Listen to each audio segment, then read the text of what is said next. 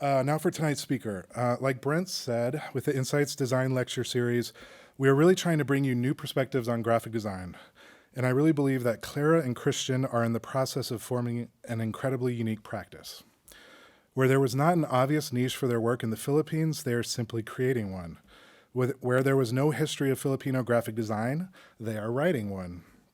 And through their art, their publishing, and their experiments, they are asking vital questions about the appropriation of local vernaculars, the urgency of democratic access to publishing tools, and the value of critical theory to real-world situations. Clara Balaguer is a social practice artist and independent researcher based in Manila. She founded the Office of Culture and Design in 2010, working on a variety of projects primarily for culturally underserved communities in the Philippines. Her work has been shown around the world at places such as the Asia Culture Center, Art Dubai, Singapore Art Museum, and New York University, and she has spoken extensively at places like Harvard, MIT, Hanyang University in Seoul, and the University of Philippines.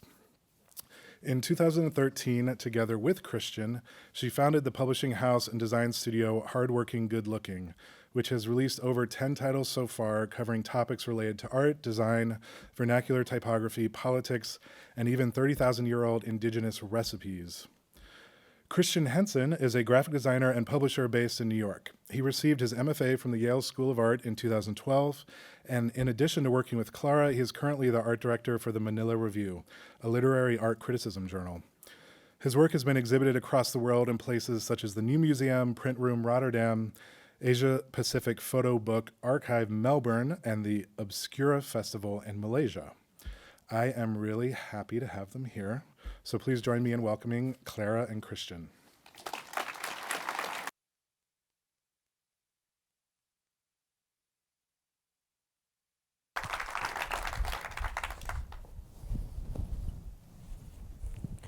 Oh dear, there's a lot of you. Hi. Hello. As you can see, we are not white male designers.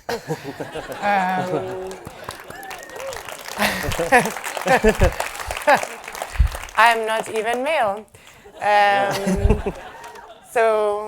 Thank you so much to Emmett and to the Walker for giving us the floor. And we know that this is important because, there are not many voices, especially coming from the Philippines. It's a rather sort of invisible practice, or we have kind of been invisible for a long time. So it's nice to be able to speak at places like this. We're not the best POC designers. I'm definitely not the best woman designer. I don't even know if I am a graphic designer, actually. I hope that other institutions like the Walker are taking a look at their programming, are taking a look at their workforce, at the glass ceilings, at all of the lovely things that make it so much fun to be a woman of color in the workplace, and trying to make sure that diversity and equality are the norm rather than the surprise. In times of President Trump and President Duterte, so you can see here, he's our lovely budding dictator who I love so much. So much. I love him so much. Hi, Daddy Duterte. With that out of the way, I'm a bit nervous, so. Okay, it's a long story. We have to start at the beginning because, like I said, the history, and like Emmett mentioned as well, the history of Filipino graphic design is an unwritten one. So we kind of have to track back to the beginning. So I've written down the story for you. If you could listen, it would be great. Just think of me as like a podcast. I'll be projecting some images on the screen. They're not necessarily going to go with what I'm talking about, but it's like an image dump, basically, of the street research that I do in the city where I live, in Metro Manila, trying to sort of find all the clues, the graphic, vernacular clues to our current identity. And this is sort of also the way that Kristian and I communicate when we're talking about a book or a design project. It usually begins with an image dump. I'll find something and then, or he'll send me something, and then we'll just make this conversation of strange things that we like, and then from there we'll see how we can translate that. What I hope is that in the beginning the images will not really make sense to you, but as I go into the story, hopefully it will start to make a little bit more sense. And if you find me boring, then you can just, the images are really fun, so you can just look at them and ignore me. So, yeah, I guess we can, there, here. So there's, should we talk about there's multiple parts of it? Oh yeah. Well, I'll start with my section. Yeah. Will be like the history of Filipino graphic design, and also the long-winded introduction and disclaimer of who I am, who Kristian is, and how we came to be sitting here. And then afterwards, we'll go through, after talking a bit about the brief history of Filipino graphic design, then we'll talk about the taxonomy of street styles that I find on my walks around the city, and how that relates to the work that we do. Well, mostly Kristian, he's the graphic designer. I only I only learned to do design because when Kristian was busy, I had to do it. But she actually is really good right now. I'm minimal. I'm minimal because I have to be. I also think that writers make really good graphic designers because they actually read the text and like. Yeah, that's it's actually been interesting as a writer, because I identify primarily as a writer, and it's been interesting just to this experience of seeing text as image. And of being able to control the way that my text unfolds on a page. And I think, yeah, definitely my experience in general with graphic designers, I'm not naming any names, has been that it's kind of hard. Like when you write, you kind of have this hierarchy in your head, and you know the text intimately, and you know what should come first, what should come last, what should be big, what should be small. So it's been a super interesting experience for me, and I found that actually learning how to manipulate the text and turn it into image has actually affected the way that I write. So sometimes I write with an image in my head, and knowing how I want it to look on a page. So that kind of synesthesia has been super interesting. And I mean, I'm not a trained graphic designer. I've learned through working with Kristian's grids and the grids of other designers, mostly Kristian, but also Dante Carlos, who's another Filipino-American graphic designer who we've worked a lot with. So kind of navigating through their InDesign files has been like an education for me. So I've learned vicariously through the very expensive education of other people. So, yeah, thanks, Kristian. No problem, no problem. I feel like I should be contributing to the cause. But anyway, so after that, I'll go down into the serious part. Okay. So this is a long-winded introduction of who I am and how I came to meet Kristian, how we work together, and why we are sitting here. Since 2010 in Manila, I have run the Office of Culture and Design, a platform for social practice research and projects that address issues particular to the Philippines. We are interested in the idea of decolonizing our cultural identity in a cultural production that seeks agency and is rooted in its developing world context. Now, when I speak as or about the OCD, it is often with a we, that is not the royal we, but rather a real, yet also in some ways a fabricated we. On the one hand, the OCD is a smokescreen. It's just a name. It's a smokescreen for my identity as an artist interested in the idea of collective authorship.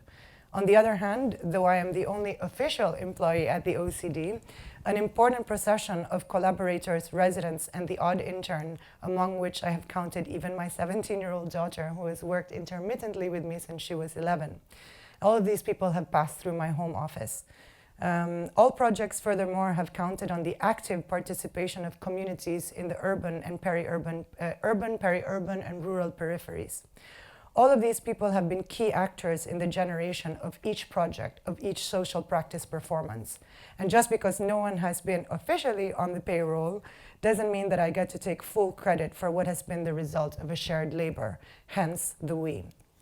Social practice is to the art world sort of what social innovation is in design. It is a relatively new field in the cultural sphere in general, but in the Philippines it is something akin to science fiction. Its strangeness, however, does not take away from its necessity. In the Philippines, we are still trying to work through our post-colonial identity issues, and what cultural production does exist is often split between two poles, anachronistically folkloric or essentialist, or completely at the service of a capitalist market. Couple that with a very Asian aversion to criticality, of a not wanting to say things to each other's faces, And what you have is a setting for cultural labor that is more preoccupied with giving institutions, collectors, artists, and policymakers a very Richard Florida-esque panorama for the instrumentalization of the cultural class as a tool for Western-style speculation and gentrification. This is not to say that no critical art exists in the Philippines. The contemporary art scene thrives currently in the capital city of Metro Manila, but does so with its back, unfortunately, for the most part, to the glaring social inequalities that exist in our country, or in my country, because I'm not in our country. This is not to say also that there isn't any art with social or political intentions, but much of it is articulated solely within the sanctity and isolation of the white cube, similar to the one we are in today. As one Manila curator commented a few months ago on Facebook, in the middle of trashing Oakley and Wazor's choice to curate a Venice Biennale with hardcore social messages, politics is misplaced rhetoric in the cultural circuit. In a nutshell, this is what social practice is up against back home.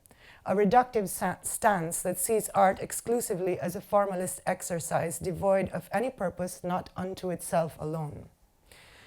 What we believe, however, is that there is ample, yawning room for another kind of cultural practice that seeks social agency and relevance, however unpopular this stance may sit with the commodifying powers that be. What if you gave underserved communities the chance to be exposed to critical cultural programming or design processes? Could it open new perspectives for them in terms of what their lives can be, especially when dealing with youth? Would it be a way for people to learn skills that are not taught in our public educational institutions, skills like critical thinking or creative problem solving? Could it promote progressive values such as gender equality? Could these tools engender practical skills that might be translated to better livelihood opportunities? These seem like very simple questions, and they are, but the answers are very difficult to find.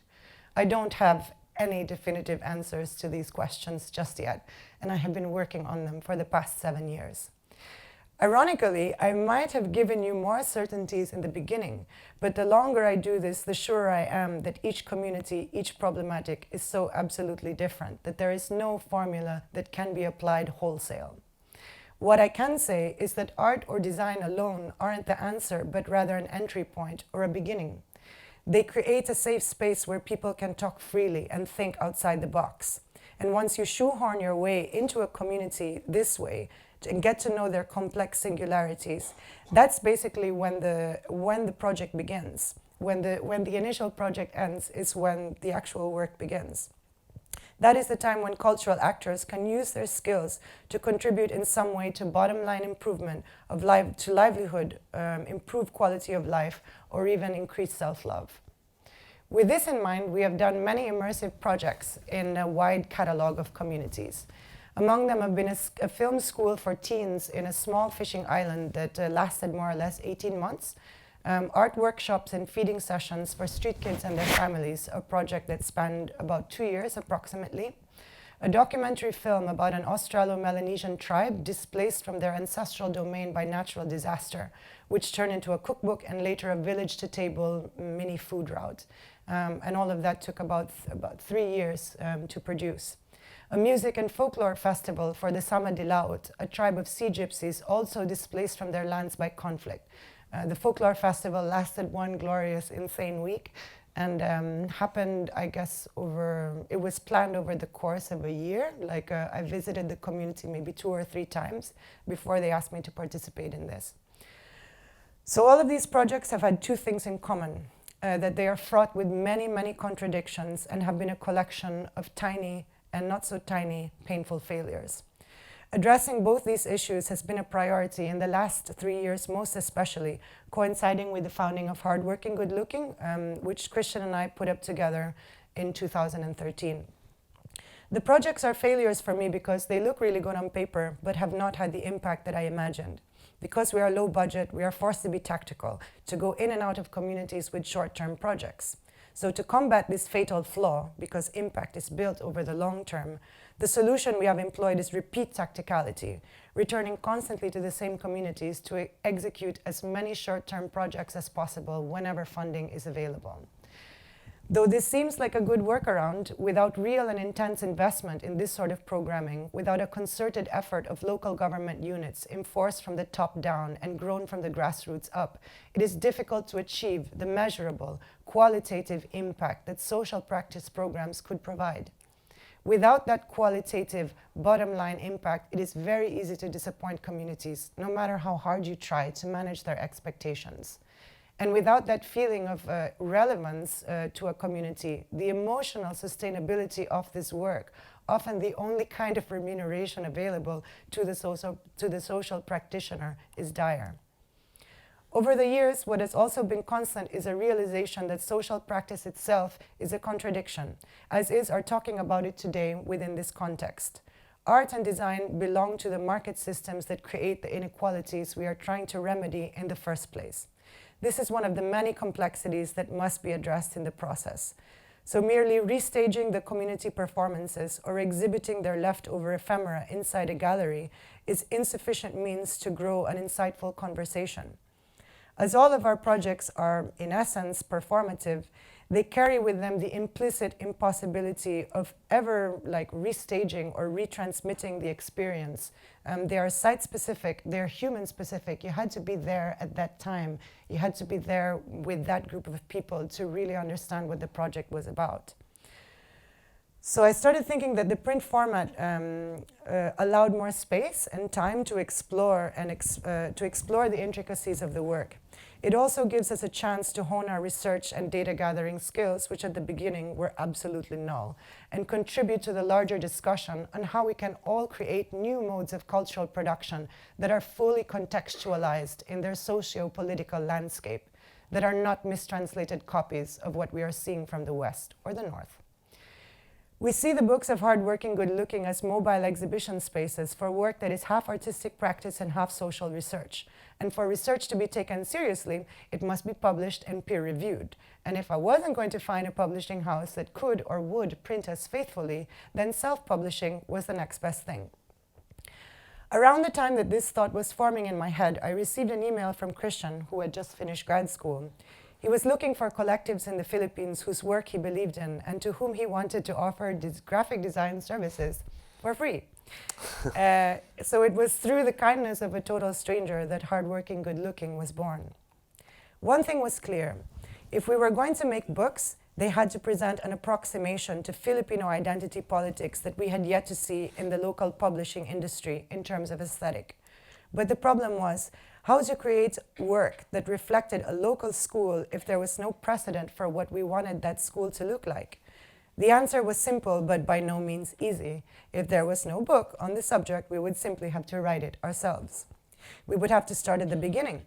We would have to create a taxonomical index of local visual styles and attempt to write the largely invisible history of Filipino graphic design.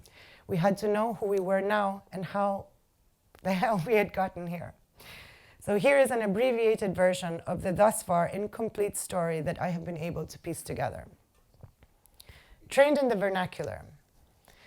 Graphic design is not really a course that you can learn at Filipino universities, as it is almost invariably lumped into the larger curriculum of a more reputable course, such as fine arts, multimedia, or print technology.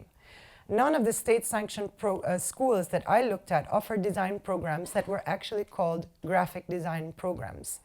They might have been called visual graphics design with an unwarranted S. The S was like a constant, visual graphics and design, etc.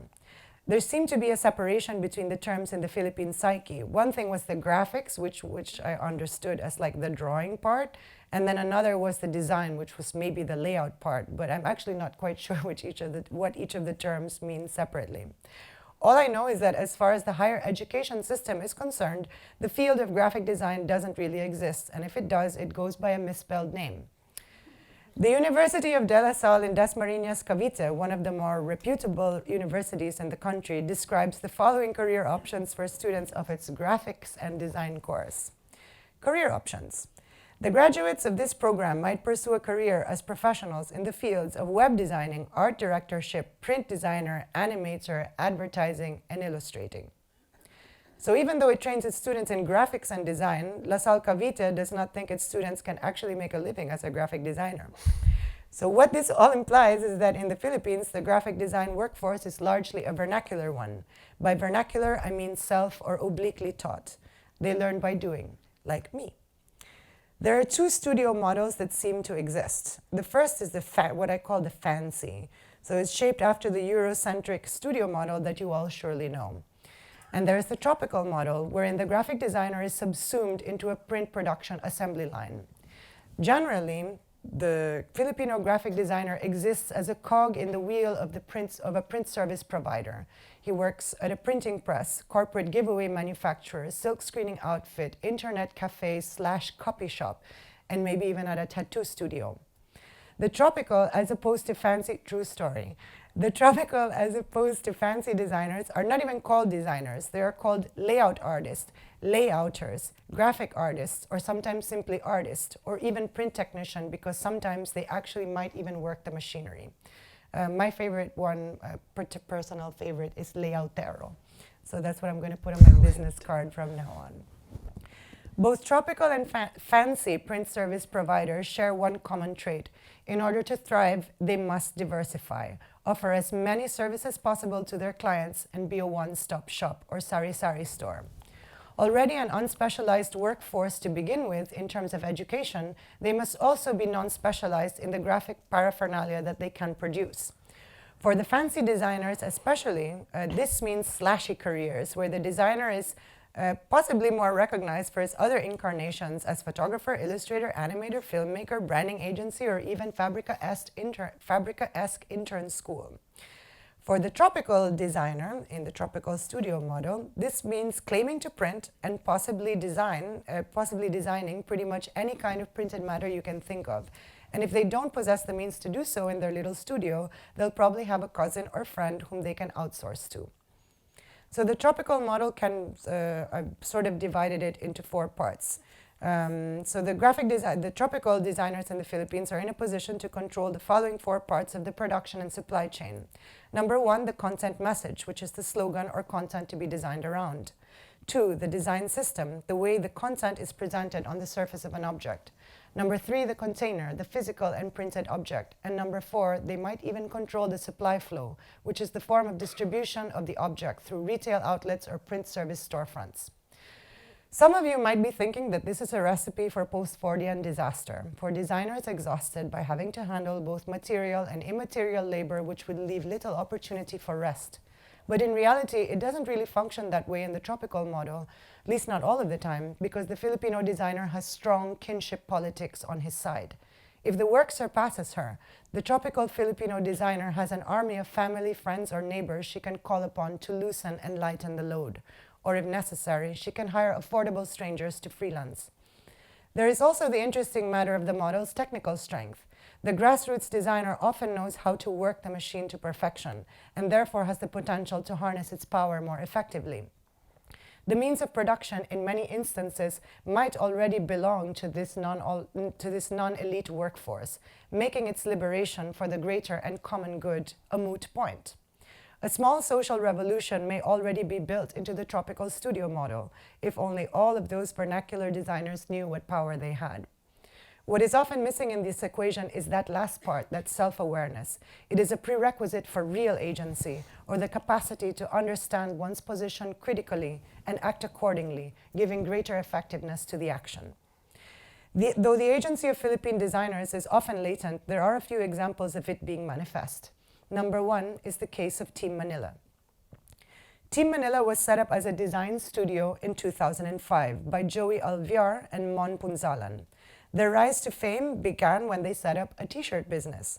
Joey and Mon decided they wanted to make shirts that promoted a positive and contemporary view of being Filipino. They wanted to make Filipino products that you were proud to wear. Team Manila is instantly recognizable in the Philippines for its use of Helvetica on top of vectorized, technicolored, and multi-layered imagery evoking icons of Filipino-ness. The phrases in Helvetica call to attention some sort of Filipino cultural archetype, such as the jeepney culture, or roving ice cream or sorbetes carts, or fishball vendors. Underneath the words, images and patterns, abstract or figurative, make for a tapestry of positive identification with these terms or these words in Helvetica. Their shirts, lanyards, lunchboxes, notebooks, keychains, caps, etc. make it possible for a young Filipino to perform her identity, to express her belonging to the collective Filipino nation or an imagined community, in the words of Benedict Anderson. This inspired what Joey Alvear has quite aptly called a new wave of nationalism, spoken increasingly in a design language and geared towards the youth who, in his words, can understand the value of design on a t-shirt. Their commercial success is not a fluke. They have a chain of retail stores all over Metro Manila, employ about 100 workers, and are currently expanding nationwide. Oh yeah, this is great. This is, if you want to see it on Instagram, the hashtag is safety is a virtue. Where was I? Oh yeah. Their success is a conscious manifestation of Alvear and Ponzalan's goal, to create a new perception of what it is to be Filipino, mired in only the positive, divorced from the negative realities of the country which are so pervasive in the international media. Their strategy is akin to neurolinguistic programming, wherein repeated messaging creates a new reality, that of a dignified nation that is proud, young, gifted, and brown, and very, very happy. It is a strategy based on the mythification of archetypes, and its effectiveness has spawned a trend bandwagon that everybody from Adidas to the Philippine government have happily ridden upon in their wake. Number 2, government action. In 2012, the Philippine Senate passed the Design Competitiveness Act, whereby, and I quote, "The state shall endeavor to promote an economy and society driven by design and creativity, responsive to our fast-changing times and reflective of the Filipino culture and identity." Team Manila's Alvear, incidentally, is a core member of the Design Council, which would make him the most powerful graphic designer I've ever met. And the Design Council is a group of representatives from various design sectors enlisted to help carry out the bill's provisions. If anybody else has ever met a graphic designer that has been able to command a meeting with a senator, you let me know and I will stand corrected. In the same year, a wildly successful ad campaign for the Department of Tourism was launched with the slogan, "It's more fun in the Philippines." This ad stunt galvanized the youth nationalism movement in the strangest of ways by promoting the country as a hip destination for foreign tourists. The campaign was put together through crowdsourcing and meme-making tactics, a brilliant strategy for one of the most social media-hungry countries in the world. Oh, It does have oh, it does have sound. Oh, this is, I'll explain what that is later. You can just watch, it's kind of fun. It's called budots. It's like a techno music for farmers and by farmers and fishermen, which I'm obsessed with. Very obsessed with. I like that we can just kind of move in and out. Anyway, okay, I gotta go faster because like I have time. So, oh yeah, the campaign was put together through crowdsourcing and meme-making tactics, a brilliant strategy for one of the most social media-hungry countries in the world. Perhaps it was even a precursor for the social media storm that brought our budding dictator, President Duterte, to election victory. The ad agency in question, BBDO Guerrero, disseminated an editable template of the tourism slogan in Harabara typeface and invited people to make their own "It's more fun in the Philippines" memes. And as you can see, it really is more fun in the Philippines. The supposedly best memes were used for the worldwide campaign. Locals were thrilled, perhaps a bit too thrilled, to participate in the performance of their culture for the purpose of attracting mostly young white travelers. It is strange that nationalism should be... Oh yeah. Come on, guys, you gotta listen, man. Okay, I'm gonna put it back to the slides if you don't stop laughing. Okay, so as I was saying, locals were thrilled, perhaps too thrilled, to participate in the performance of their culture for the purpose of attracting young white travelers. It is strange that nationalism should be vehiculated most strongly once again in juxtaposition to the other, rooted in the West or North's positive perception of us. What is likewise interesting about this campaign is how, once again, a typeface became the symbol of national pride, indeed of the nation itself, built in this new youth-friendly image. It was actually strange to think of Helvetica, the stalwart of Swiss modernism, of unadorned neutrality, as the effective symbol of a people. This people. We are not Helvetica. Harabara, designed by Brazilian André Harabara, seems more appropriate. Its slanted stroke endings are reminiscent of folk typography in the Philippines, or of a particularly of a typeface sign painters refer to as single stroke, where the brush is twisted and flicked to create more expressive and practical stroke endings. So in the Philippines, it would seem that typefaces have a symbolic transcendence beyond the design worlds. Both Helvetica and, to an even greater extent, Harabara are instantly recognizable as the penmanship of our national identity. Number 3, print politics. If you asked a regular guy on the street in the Philippines to draw a line between print and power, he would tell you that campaign season, election season, is the busiest time of all for graphic service providers. A printing press owner I interviewed said that during campaign season, he is approached by candidates for what we call X deals. This is basically like trade in spices. So you print my campaign collateral, and I will give you political favors. These rewards could be anything from tax breaks to contracts to print all of the politicians' collateral during their term, probably with kickbacks, kickbacks and corruption involved.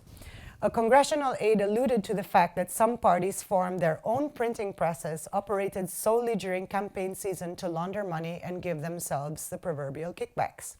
And a tricycle driver might say, it doesn't matter who I vote for, all of them are the same, but at least this guy gave me a leather wallet. Political giveaways like leather wallets, calendars, fans, t-shirts, umbrellas, and whatnot are often accompanied by crispy 500 peso bills, which 500 pesos is about $10. So vote buying is a commonly employed tactic, and it's funny that they're kind of slipped into these corporate giveaways. Sign painters, on the other hand, will tell you that they make a lot of money painting politicians' names on public projects made with public money. The painting of the politician's name on a sports center roof or a basketball backboard paid for with government money plants the idea that the project was made with the politician's own funding rather than taxpayer sweat. So this obsession with finding a sense of dignity through the engenderment of a stylized Filipino-ness and the co-opting of design for nation building or other nefarious means is not an invention of today. It is a strategy that has been employed multiple times over the last 420 odd years, which have included 4 rounds of colonization. What time is it? Well, there's more of it, but I'm not going to read it to you today. If you like, there's an essay about it on Triple Canopy. It's called Tropical Vernacular, but yeah, that's sort of like the basic introduction. We just find it's really important to give the context of what we work. We just don't show our work in a vacuum. Yeah. But can we watch this video? No, yeah, no, I'm just kidding. What's up? But yeah, this is that's budots. This is budots. Okay. Yeah, these are like the graphic, the rabbit holes that I go down on the internet. And yeah, that's sort of where most of the inspiration is. Like, I feel like there's this sort of mistranslation that occurs, and the greater the mistranslation between what we're seeing in the West to what we're applying in the Philippines, the more interesting the graphic design work is to me. Because in a severe mistranslation, what happens is a creolization. It's the creation of a new language. And I think this often this happens because there's a difference in the technology. So the fancy designers are using the same programs, InDesign, Illustrator, whatever, and they've more or less been educated to use them, or they've learned, they've taught themselves extensively how to use them on more or less the same computers. So the mistranslation that occurs between the Western designer and the fancy Filipino designer isn't often that big. So it just seems like a funny accent. But then when you go to like the vernacular levels and you go down these rabbit holes and you like talk to the silk screeners in the random towns and the fishermen and the DJs and everything, that's when you're like, wow, this is us, this is our language, this is something I haven't seen. And it's a bit of a minefield sometimes because we are, even though we are Filipino, well, I'm half Filipino, born and raised in the Philippines. Kristian is Filipino American, born in LA, living in New York right now, but it's hard, like that identity, especially being like I'm second generation, like I grew up very proud, and I would visit the Philippines like maybe once every 2 or 3 years, growing up, and now more frequently since collaborating with Clara. But You also feel very estranged from your own identity. So actually through this project, I've been able to kind of contact my actual identity, or like some sort of hybrid identity, I guess. But we could talk about that. Yeah, Filipino American's a whole other yeah, situation. it's a whole other animal. But I feel like, I mean, we're like privileged practitioners of design. So when the cultural appropriation discussion is being had, there is this idea that cultural appropriation happens only from one race to another, or from like whites to other races, but it can occur within your own race, and this is because of the class divide. So we are privileged practitioners of design, and we are dealing with vernacular influences from marginalized practitioners. So what we've been trying to do is take these, like build a taxonomy of styles, like a classification of what are we seeing on the street, what are the kind of moves that are prevalent, why are they happening, where do they come from, and also I think the next step from there is not just like taking the designs or taking the influences and like copy pasting them into your own work, but rather passing it through a filter and giving it your own spin and your own twist. And it's hard to like kind of credit the inspiration, or sometimes you don't know who the designer is. You just see like an A4 on the street that just makes you want to cry because it's so amazing. So it's very hard to like credit the designers. Maybe, I don't know, maybe we should start doing it and saying like where we get I them. think we'll see in some of our later projects, we really go out there and try to find like particularly the sign painters and like know them by name and like accredit them by hand. But obviously like it's like more like we're trying to find a broader like Filipino design philosophy, like that comes from by the way like things are made and by what people see on the street. And because anyways, and it starts with like the encyclopedic process, like the gathering of data, which doesn't really I mean, it exists, but it's not recorded. So it's like a really kind of exhaustive process, and it's kind of fun because for me as a writer, it's a very creative exercise because I can just name things and I can just invent ideas and it's not like this. I thought that data gathering would be boring and like scientific, but it's actually a very, very creative exercise. So yeah, these are some of the styles or influences or trends that we've identified in Filipino design. So number one is horror vacui. Nature abhors a vacuum, and so do Filipinos. We do not like white space. We do not like silence. We like community. We like everything to be really crowded. We are also a very overpopulated country. Also, we like excessive ornamentation because sometimes when something is minimally ornamented, it might denote that you're poor, that you don't have the money. And this is kind of like a big chip on the shoulder in a developing world country. And it's just like philosophy of like don't like if you have a lot like a modernist typographic layout with like a little bit of text and a lot of white space, that's kind of seen as like a waste. Like why would you waste that paper? Or like you could have, if you're gonna pay that much for that ad, why wouldn't you just throw in some random, like there's a lot of bit of like recycling or like this idea of non-waste philosophy that I think it's like really prevalent in Philippine culture. Like we don't waste anything, not even like a drop. No, we don't. Also, like I think from the advertising standpoint, like my amateur theory also is that like some clients have very specific like points of contact with their consumers. Like very small banners on like small neighborhood stores, and then they have like a lot of information to condense onto that one point of contact with their customer. So it's this idea that for the bigger clients, they have, for the smaller clients, they may just have money for one billboard or one poster or whatever, so they just jam pack everything in there. It's like, this might never happen again, so just put it all in there. Oh wait. This is that one is like that Fighting Cock magazine. I love it. This is sort of stuff that I find on the bottom shelf of bookstores. Like when I go to a Filipino bookstore, the more ghetto the mall, the better the selection. Like I like if it's I love like rickety old malls and like I go straight for to the bookstore, and then I sit on the bottom shelf because those are the books that nobody wants you to see. Those are the books that we think, oh, this is too Filipino or this is too cheap. Nobody will like this. That's my jam. So The Fighting Cock magazine was found on the bottom shelf, quite literally. It's a very expensive magazine, though, that costs $10, which is like super expensive there. And then this other one, Pag-asa sa gitna ng trahedya, is like a hope in the midst of tragedy. So it's a religious pamphlet that I was given. It was, what I really liked was that in the back, like they had this section on how to respond to natural disaster.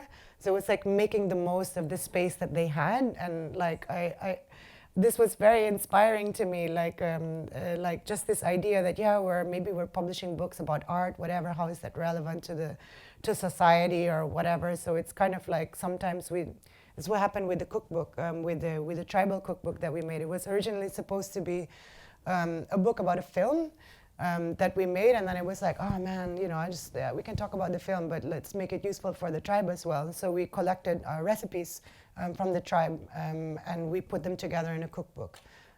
So it's that kind of utilization of space and not allowing the vacuums to exist.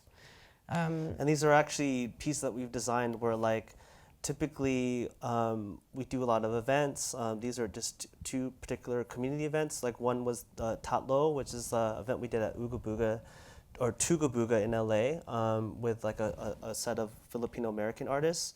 And to the right was an event in...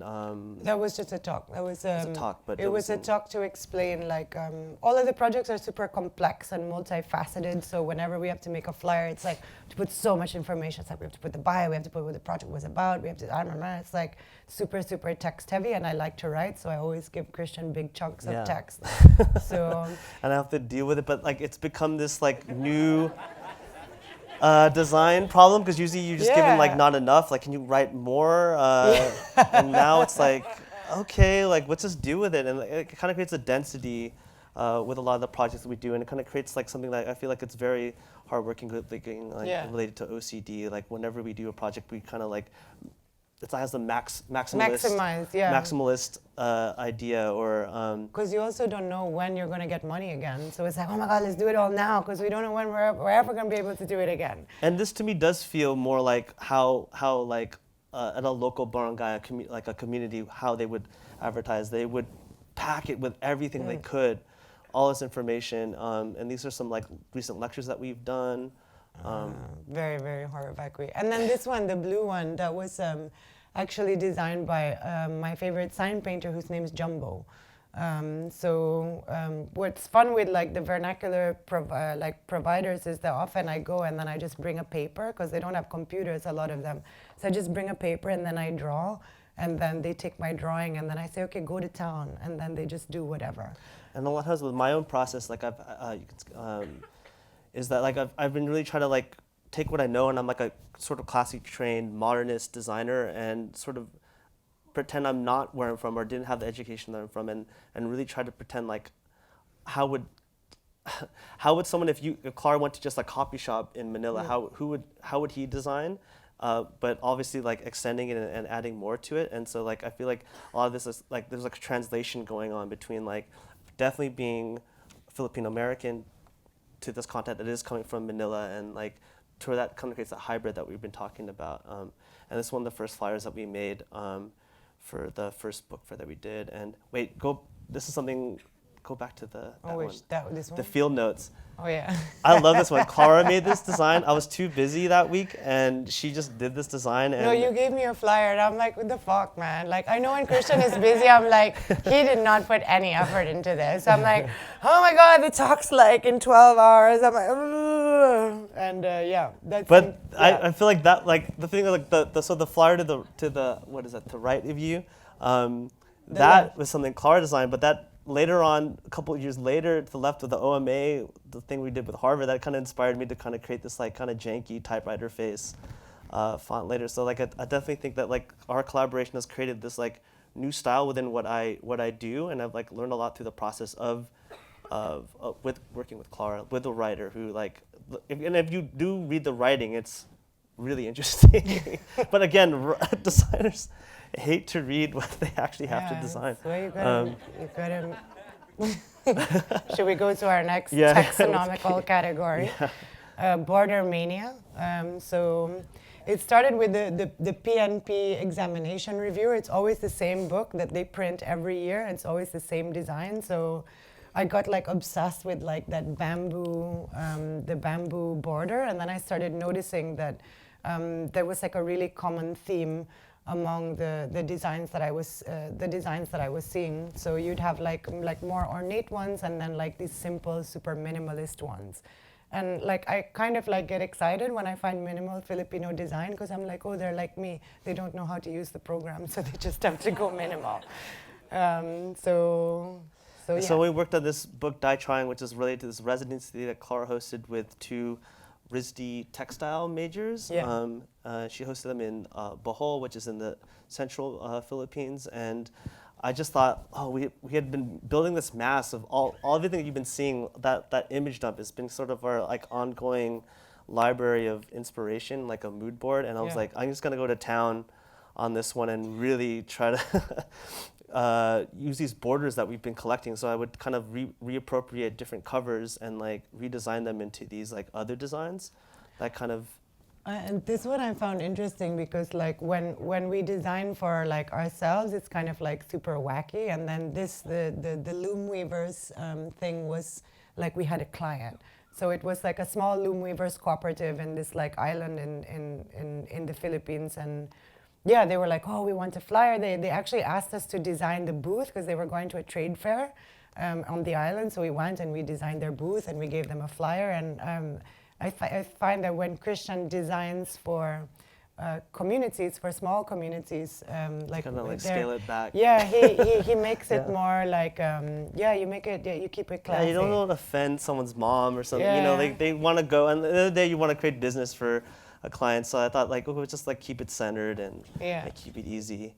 And here's just like another. And it was just really great to like kind of like design with like more and more of these like script faces.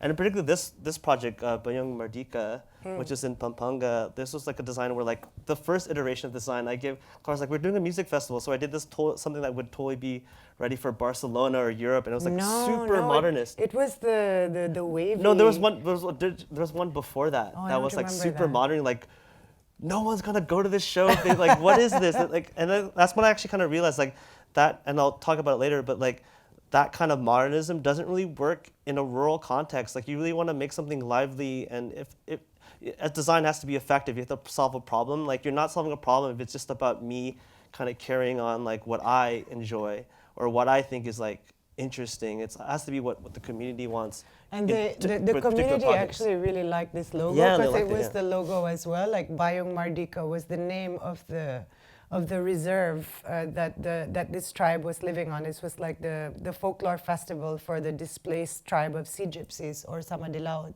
So they were like super thrilled that the logo looked like it was a bamboo woven mat. Yeah, because I asked my dad what Bayong Mardika means, and this is like in another dialect. This is a Kapampangan, which is like where my family's from.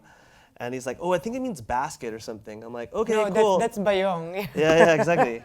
I'm like, okay. But Bayong Mardika, I think it's like some old Filipino, and it means the land that is free. Yeah. The land that is free. But the Bayong worked. Yeah. I mean... It worked for it. It works, man. Yeah, okay. Oh, yeah. And wait, this was borders? Yeah, it's just borders. I thought it was like something like kind of like a project we did with like really thick borders. Ah, okay. This is like recently, I've started realizing that this kind of soft approach of trying to work with communities and not be overtly political, I've realized that that's a peacetime strategy, and we are no longer in peacetime. We have a dictator who is killing people left and right, and therefore we or I or whoever, I don't know, I think we must be more political and all hands must be on deck. So I've started to get more politically active, and this was a series of posters that Kristian designed for a rally that I organized with Miguel Sihuko, who is a novelist from the Philippines, and Kevin Kunishi, who is a photographer from the Bay Area, but who is now living in the Philippines. So the three of us together, we organized a small protest against the burial of Ferdinand Marcos, who is the very famous and cruel dictator that the Philippines had for 30 years, who stole a bunch of money and killed a bunch of people. And they wanted to bury him in our heroes' cemetery. They've tried to do it before, but there was always public outcry. But this president, whom I love so very much, promised the Marcoses that if he was voted president, they would give Marcos a hero's burial. They would rewrite history. So when Kevin, Miguel and I were hanging out one night, and then Miguel was like, oh, I'm going to go to the cemetery, I'm going to fart in his grave. And I'm like, you know what, I'm going to go and I'm going to put a rock. I'm going to hope that lots of people put rocks too. So it's like, oh my God, it's so amazing. So Miguel started contacting all these activist groups, and then we actually started a movement to put rocks in the grave. And it got, we got kicked out of the cemetery very quickly after that. And then I returned, and then I got like detained by the military and whatnot. But decisively, the projects from now on will be overtly political. This one is a really nice. This one is a really nice project. Why'd you put it in the borders? Oh, because, it has a thick border, but I like that it was a kind of workaround. I don't know. I just thought, hey, why not? Hey, why not? Okay. It's a really nice project, actually. It's one of our new books. We always print in black and white riso, but this one was our first fancy color, which is basically like high-tech Xerox. Or laser Xerox. It's a collection of zines by 10 artists from the Philippines, and also an experiment in print socialism. We convinced the printer to liberate the means of production temporarily and give us a big chunk of the printing for free. So essentially that allowed us to create a profit structure wherein printer, artist, and publisher all make equal profit at the end of the day. We've also this is the bourgeois edition, so the hardbound, and we're going to print each zine individually as well so that we can sell it at a lower price point. That's the proletariat. And this sort of making of two editions has forced us to work together for a longer time, which means that we are creating real relationships and the sense of belonging to a print commons. So it's, extreme drop shadow. Yeah, we should go through this quickly. So you said start. Yeah, exactly. Extreme drop shadow. Okay, oh my God, but this is so good. That one is so great. Okay, yeah, extreme. This is very big in the Philippines. Yeah, very, very big. Love it. Like, I'm such a fan. And so, yeah, we have turned extreme drop shadow into a thing. And it's always like, could you put a little more drop shadow, a little more, Yeah. Okay, let's do it. Maxi Grid package is just like an obsession I have. There's all these like ID stores, ID, photo ID, printing places, and they always have like these really cool like ways of putting the grids together. So we haven't used that yet, but we will. We will. Vertical wordness is a good one. We love this. It's kind of like it's like a cross between our love for acronyms, which I heard was a throwback, something like that. Holdover. Yeah, like a holdover from the American military occupation, because the American military loves acronyms. So on the one hand, it's because we love acronyms, and then on the other hand, it's also because the only place that storefronts may have, like they'll put their store name on top, and then maybe in the column that separates one store from the other, that's where they can put their, I don't know, like their special offerings or their promos or whatever, and it's a very small space, so they have to kind of design things vertically. So. Yeah, this has been a constant also for us. This is... These are great. These are flyers that Clara designed in Word. Microsoft Word. This one too was designed on Microsoft Word. I'm obsessed with Microsoft Word because that's how, like before I met Kristian, that's how I learned to graphic design, on Microsoft Word. That is also on Microsoft Word. Level. I love this one. It's amazing what you can do on Microsoft Word. This one I did. Yeah. This one is Kristian. Like when it's nicer, it's Kristian. Ooh, and then budots. You guys already saw budots, the techno music that is made by fish farmers and fishermen. and it involves like, as you saw, like this weird like semi-homoerotic dancing ritual. So it's like engendered this, but they're all straight. They're all straight until they get drunk, and then some of them start like, because the women aren't allowed really to drink in rural areas, or it's like seen as, you know, not ladylike for the women to drink. So often what happens is that the men end up drinking together and drinking a lot, and then, you know, and then stuff happens. But what I like about Jejemon, which is like another subgenre of like a texting language of like sort of, how do you want to describe this? Sort of like encrypting just normal speak within, making them illegible but legible to people who can read it. But this idea that like even if you are from a rural or provincial background, like people in the Philippines have access to all this technology, whether it's techno music with Baduts, or in particular Jejemon, that kind of arise like before even America was really on the whole texting thing. I remember like all my cousins were doing this already. Even my mom would text me in weird Jejemon language, because like it was just sort of normal. It started out as a way to abbreviate the words so that you could text like on the dumb phones before. So you could text, so you wouldn't spend money sending more than one text. So it started off as abbreviation, like replacing letters with numbers and stuff like that. And then as it became like more the norm, then the words actually started getting longer and longer. And it became sort of like a battle for who could make the most complex spelling. And it was, it was like a way to, it became like a subculture, it was like kids who would go to like video game arcades and like, it was like sort of this kind of teenage subculture. And then it became like a quest for illegibility. And we love playing within this genre with ourselves, at least with a few flyers. Yeah. But then sort of in the middle of this, we kind of realized it became popular recently, just in the sense of where net art went, and we had to kind of like leave it behind. But I don't know, I still kind of like it. It's I love it. Like using Korean or Japanese characters to create these like extra glyph sets to create other languages, like. I think brilliant.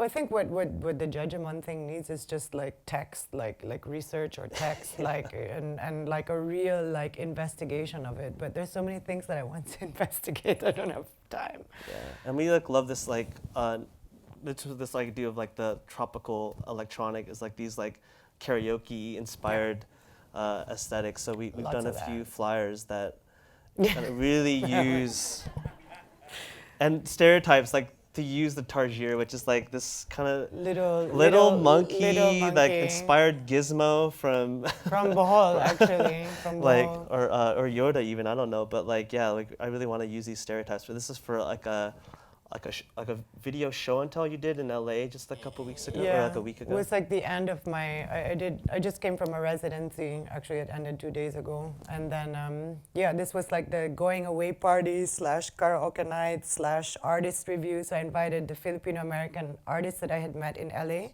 to come to the house where I was staying. I was like sleeping in this studio garage of Ana Luisa Petrisco, who also goes by Jeepney. She's a Filipino American artist from LA. So I invited everybody to show short pieces of work, but only after they sang a karaoke song. That was a lot of fun. So part 2, and this is where maybe I'll like take a little bit more of the handle of it, but of course, but yeah, like I was thinking about my own sort of motivations of working in the Philippines, like why work in the Filipino context. Like I had been working as a commercial designer for so long. Why do this to you? Why go to grad school to do this? And I feel like it was like a reaction to sort of what was been going on in the graphic design scene, at least back around the time that I graduated, where I kind of feel like there was a kind of pastiche of modernism going on. Zombie formalism is a term coined by Walter Robinson, an art critic who talked about this sort of in 2014, the current sort of art style that is sort of reenacts formalist art forms. It's they're super straightforward, reductive, essentialist, but actually devoid of life. They're zombie, like basically kind of just created as commodities to be flipped in galleries. Like I don't want to name artists by name that he called out in it, but essentially like people who kind of like mimic a Pollock or a Frank Stella or a Rothko. just because it's like it's a commodity, Mondrian. yeah, a Mondrian, Yeah. yeah. Just because it sells, and I kind of felt like that's how I kind of felt back in 2012 when I designed when I got to grad school. Like, why is it that I'm not finding satisfaction in the current design scene, at least within LA and New York? Can there be another way? And I kind of felt like sort of exploring what we have was sort of a remedy to that, because it like. Modernism started off as something revolutionary. Like people, like like the Bauhaus was like deconstructed by the Nazis. Like it was supposed to be something counterculture, and then it just became culture. And I kind of felt like working within this context could kind of bring back the sort of original spirit of modernism, being trained as a modernist. So I thought this idea of the vernacular actually does that, because it's the common and everyday. And this book that I worked on with Dante Carlos was sort of one of the beginning elements of that, where this idea that we had to call it folk foundry rather than typography, I thought that was kind of really interesting, that like this isn't, like with a lot of typographers, this isn't considered typography, it's calligraphy. It's like something less, or some genres, they call it casual typography, like, okay, this is chill typography, when actually it serves just the same purpose, it does the same thing, but I guess like in terms of what we're taught in modernism as something that's supposed to be anti-decadence, like this sort of like throws the face in it. But I feel like in fighting decadence, we sort of left aside culture, and which is what this whole our whole project is about. And what I love, part of it, what makes it Filipino foundry, is that humor is like a big deal of it. Humor is a subversion. It's a subversion. I've been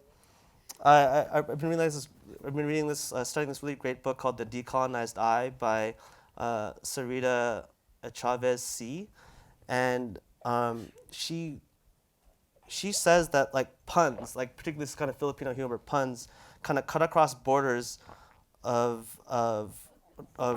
territoriality, that puns are vehicles that are translingual, that are transnational, and sort of, what's the word, it's like, they kind of transcend it's like it's both foreign and domestic at the same time, and I thought that was like really, really interesting. Like this is very Filipino humor, and I can't explain that to somebody. There's a hashtag, it's called Jeepney Mudguard Wisdom. Yeah. I have many hashtags. And so, and even this is where our name comes from. I think it's like in full disclosure, like Hardworking Goodlooking was a cab that Clara... Yeah, I stole it from a taxi cab. We stole our name from a taxi cab, so our whole thing is vernacular.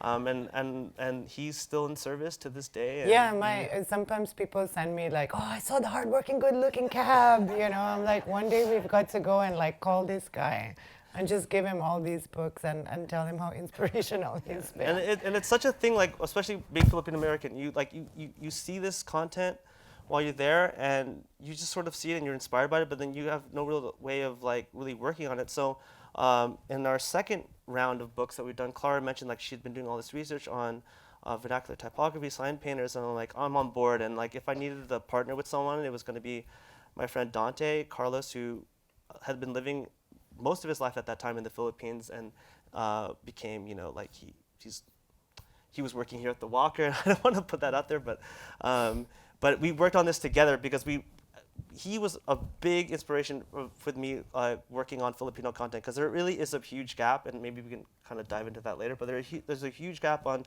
at least in terms of like Filipino Americans working on Filipino content. There's almost like none. Like it's you could put them on like maybe two hands, maybe, who are people working in this content, or maybe even less, But I definitely feel like I'm on an island working on this content. Do you feel like it's because they don't know where to go?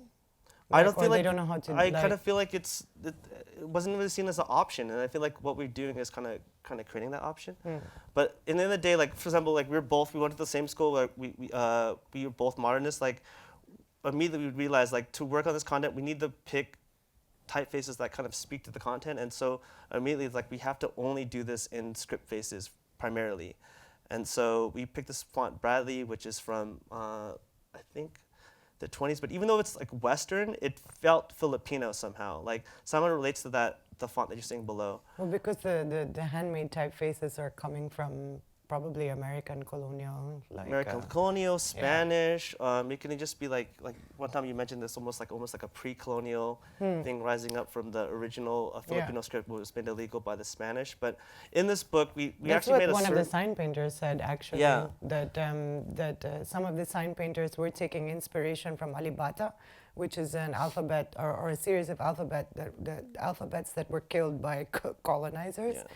So tattoo artists and sign painters, according to Jumbo, were using forms of Alibata to make like more Filipino seeming typefaces. So that was kind of cool. So in this book, Filipino Folk Foundry, we actually not just, like went around the city and just like took photos. I mean, you've seen this book before. You just shoot pictures of sign painters and just like create that into a compilation of like a photo book. Like we actually like did the research. We had a really great team of researchers collaborating with us that like not just met them, but they like questioned them, and we want to treat them with respect that we would treat like Jan Tischult or like all these like classic typographers that we know, like and treat them on the same level. And that's it was a team of 5 anarchists who I had met while doing research for another book which is coming up. So I met them doing research for a book that I couldn't, Kristian's book, and then they were really cool, and they're anarchists, so they always need work, but they don't want to work for the man. So it was like, well, I kind of got this thing that I got to do. Do you guys have time? So they became my research team. They were amazing. They were super, super amazing. Like super, super lucky. Without them, it would not have been possible. Yeah, definitely. And in this book, we created these stroke manuals that like, we wanted to kind of individual these typefaces to not just some foundry, but they're actually individual. Like when you see certain jeepneys or cabs or signage made by a painter, it's really that face is individualized to that individual. So we want to highlight them and again, like treat them with respect that they deserve and give them the light of day. And show them in their workplaces and their craft. Like we didn't want to create them as invisible subjects in the book. We really want to make them like front and center. Here's some like images of their workplace. And the book was printed also like in crappy riso, so we knew that the images were going to get mangled, but that was kind of like part of the point, to make it a bit more difficult for people to bite. And there's actually, we get the complaints that we've gotten about our print quality, because we do shitty riso, almost like as a flag of like resistance. But yeah, the complaints that we got were from Filipinos, who were saying, well, why don't you like make it nice printing? And it's like, because that's not the point. And it's the frustrating thing sometimes is that there's a term called cultural cringe that I was going to read, but then I forgot about it. But basically, it's cultural cringe was termed by like an Australian writer who was trying to describe this phenomena by which members of a colony, of a former colony, believed that their culture was inferior to anything that came from the colonizer. So the quickest way to get legitimacy, according to the cultural cringe philosophy, is to travel to the colonizing country and stay there for a while and then come back. So it kind of doesn't make sense that we're here talking to you. We belong in Manila. Well, even that's like a good point with like why, like so Clara's like we want to get like at least to have become a comparative study. We have to have them all write the same thing. Like let's give them a statement. I'm like, no, like taking typography class, like everyone who's ever handwritten letters, you have to start with Hamburger Fontsive, and it's like something that comes from like Swiss tradition, that like these are through these set of letters you can build a whole font out of. And I thought that'd be kind of interesting to kind of like treat these like the beginning of a font, even if it's like their own hand scripted letter. And so like with each of the I think 24 different painters, we had them all paint Hamburger Fontsive and document as they're doing so. And they were very curious about it. They're like, what does this mean?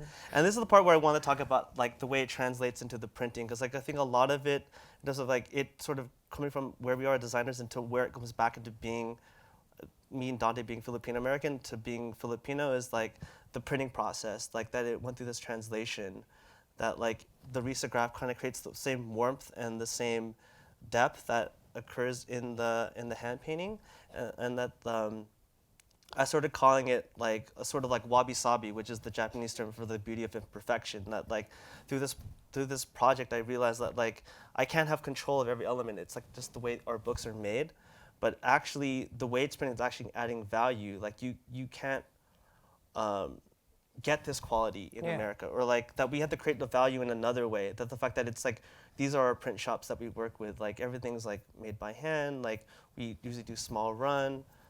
Actually, Clara is the point person on all the production. I like even including like haggling deals with the different print ladies and like giving them instructions. And these are all like pictures that I sent him on WhatsApp. Like, Yes. hey, I'm at the printer, and then I'll send him like a bunch of pictures. And literally, like when I work, and as soon as I work, like I don't sleep at night, and like sending files out. Like once I get one of these images off WhatsApp, I'm like, okay, it was totally with all the sacrifice, all the suffering. Oh, this is like that pink comb. That's that's what they use to like spread the glue. As a using a comb as a burnisher, I was like, oh my god. I think it's a lice So comb. good. Actually, it's a lice comb. So they use that to like, But we work with like super small printers, like in Recto, which is in Old Manila. Yeah, it's like a really kind of a bit of a. It's an okay neighborhood. Like nothing's ever happened to me there. But then, it's like considered one of the kind of more Dodgy. dodgy. That's a good word. Yeah, dodgy neighborhood. I also I want love to it. give like respect to Inkpression, who we printed a bunch of books for, and Pioneer Studio, which is like a new collaborator. So like from that sort of like super. Like the low cottage, end to the high end. Yeah, to the high end. Pioneer Studios are the ones who Super high printed. end, yeah. They're the ones who liberated the means of production, because they also control the means of distribution. They own artbooks.ph, which is the only art bookstore that Manila's ever had, I think. So it was kind of like a strange confluence that we found a printer who understood and who wanted to do the same things that we were doing. So it's like when you find somebody like that who understands, and they're run by like Pioneers run by two superpower women, so it's just like, like where do I sign? So And we don't just do the production, we also do the fulfillment, the shipping, like schlepping. like that's a thing when you realize like, oh, I'm really excited to get into publishing, and you realize like, especially working in the Philippines, like, oh, you have to figure out how it's gonna get back to you. And so like it's just much respect boxes. to like boxes, but like I love that it's like it feels like a village built this project. It wasn't just like us on our own, and I really do feel like I don't know. I feel like they take pride in, like this is, we'll get into this project but like this is that is, oh my god, I only know Atang. I'm actually kind of pissed at her because she screwed up some stuff this time. But there was another girl that was working at Cute Books who was Atang, who was like the super bomb, and then she was kind of like assisting, and then like Atang and her fought, and then so Atang now has another store, and their quality is super great, but like I don't know, she's not as invested.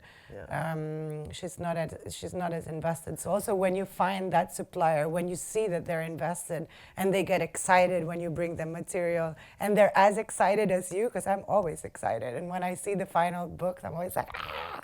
So like when I don't know, the other woman like took a lot of pride in it, and then it was not just pride, but like the first book she thought I was weird, the second book she still thought I was weird, by the third book she was asking me questions. She was like, why did you put this photo here, and why is this here, and like, and then she would just get more and more excited with it. And then like so this one project that we did where I just had her like Rizzo print some illustrations, and then on top we had like a photograph that was printed on like vegetable paper, on like translucent paper. So the photograph kind of communicated with the image. And she was like so excited. She's like, oh my God, look at this illustration. Look. I'm like, what?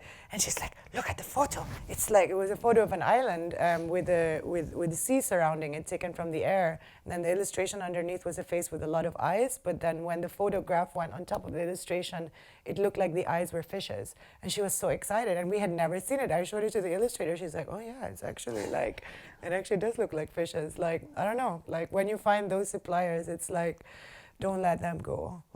Don't let them go. So Madison Civilization. This project is particularly something more of a a bit of more of a personal project that I did, but like definitely something I would not have been enabled unless I was working with Clara in the Philippines. And it started off as like a study about my brother, who was this like huge. I also talked about the fact that the Filipino American story isn't such a monolith, that there's like these like anomalies in it, and my brother definitely is one.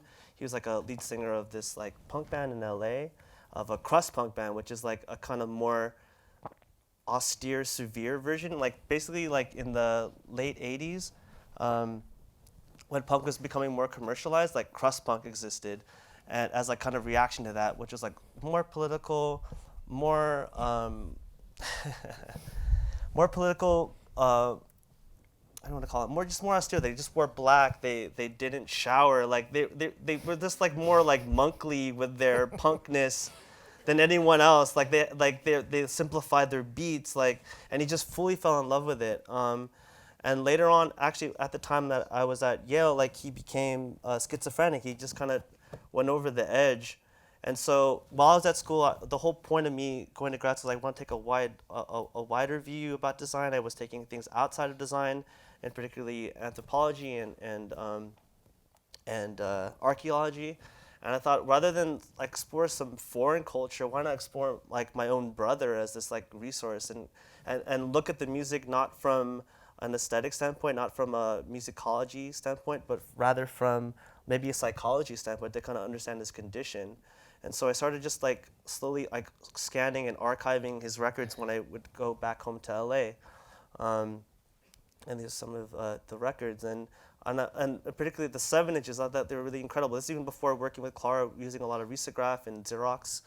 Like there's just something like an interesting quality to these 7-inches that were all pretty much Xerox and all. It wasn't black by design. It was black because that's how it is. And this is like a great sample of one of the 7-inches that like sometimes they just take an 11 by 17 and just fold it up into like a hot pocket in a way, and like create a packaging out of it. And so it was really, really inspiring even before like working on these projects. And so, and really quick shout out to Minneapolis, like, cause Profane Existence is like a record label that my brother deeply collected within it. And definitely Minneapolis, Twin Cities Hardcore was like a big part of his record collecting. And so like, can we understand anarchism? Can we understand punk from more of like a psychology standpoint is what I thought with this project. And of course, there's, not even starting this project with Clara, I kind of understood like, oh, like vernacular, like can I look at what's going on with this typography and understand it from a different standpoint? Like this was infinitely more interesting to me than delving into like a Swiss typographer. Like what were these punk artists thinking of when they were creating these sort of primitive faces? And so, and they definitely had this kind of runic Nordic quality. And later on you found out that they were trying to recreate like old runes for sure as a way of like, as their own version of anti-modernism or anti-capitalism. It's like, let's go to like sort of this like pre-time. And so I created like a study later on with Dante, while like we actually worked a lot together, but like creating this like typeface that kind of broke it down into these forms, and like we've made into this like typable typeface that kind of went through pieces of the book. And within the book, on top of the 7-inches, we did these like sort of mini studies that sort of delved everything from my brother's writing to some of the history behind it, like you saw some tip-ins earlier. And then the miracle about it is that like I had to kind of shelve the project because people thought I was talking about a dead person, because he was institutionalized for like almost 4 years. Is that he got out, and it became a project with ourselves between brothers as a form of therapy in a way for both him and me, to be honest.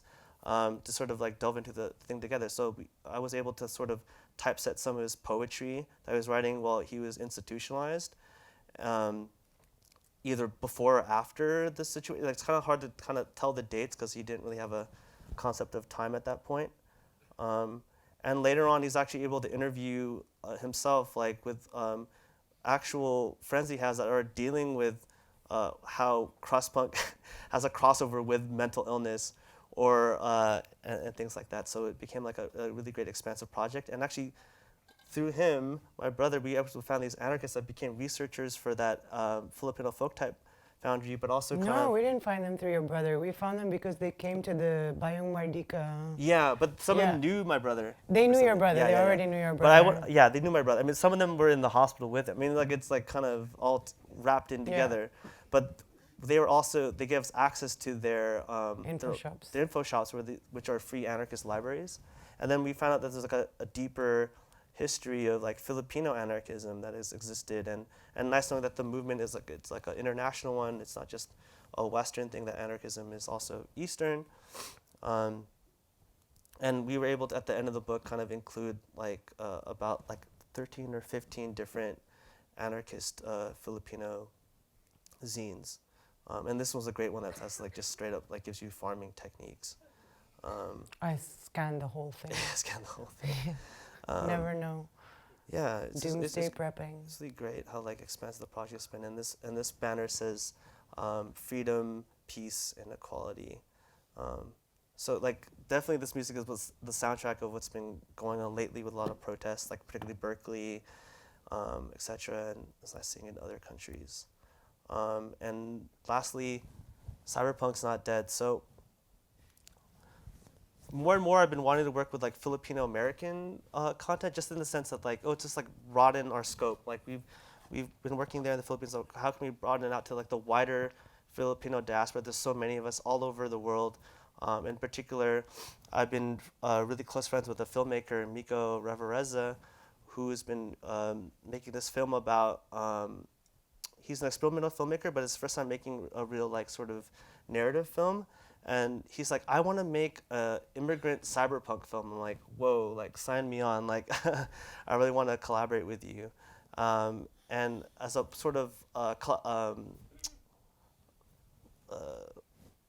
partner, like a sister piece to the film, he made this other book called Data Cultura, because he sees data culture as like this like wider term that has to do with like culture that's made independent of geography, and this is his own description that like Soundtown hashtags genres are considered data culture. iPhone users are considered data culture. Even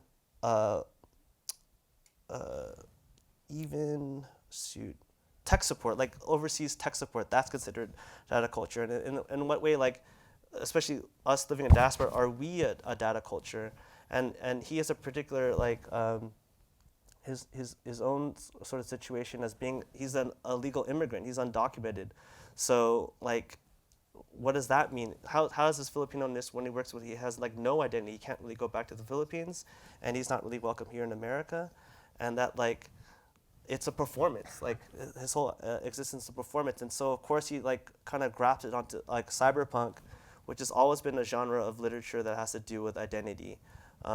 Usually has to do with like human versus robot identity, but for him, like, why not as an undocumented citizen? And also the fact that like, isn't an undocumented citizen the person who would most know how the experience of an android, because they have to constantly fake who they are, pass off as normal, like have this sort of looking over your shoulder paranoia about being pulled over or being recognized as what they are and being deported.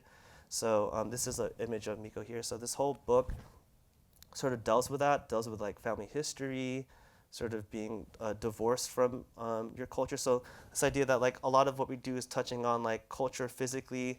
A lot of that. Well, this isn't exactly what we do. This is Miko's. This is project. Miko's work, yeah. But for me, it's interesting as an extension or like something new, a place of going. Yeah, helping them, like helping artists and other researchers as well, like vehiculate their vision or their which is sort of like a new thing that we're exploring. Yeah. And so like, for me, like my whole project is sort of enabling artists and what they do and sort of.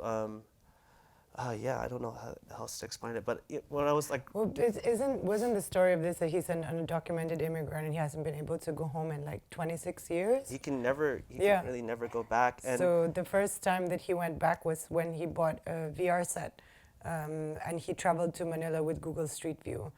So that was like one form of augmented reality that he used to return to Manila, and the other was LSD. And he says that when he takes LSD, he's able to access his language memories more clearly. So the Yeah. texts are also like a collection of gonzo writing, some of which he wrote while he was on LSD to kind of deal with this like performance of being an undocumented immigrant. But overall, like overall with his work, there's like this like element of distortion going Mm. on and like Yeah. place, and which is great. This is the part where we get into the VR part. Is that like there's something nice. Like he's been going back and taking photography via this VR set, and there's this distortion that like even though you can be close to home, you can almost like never go home.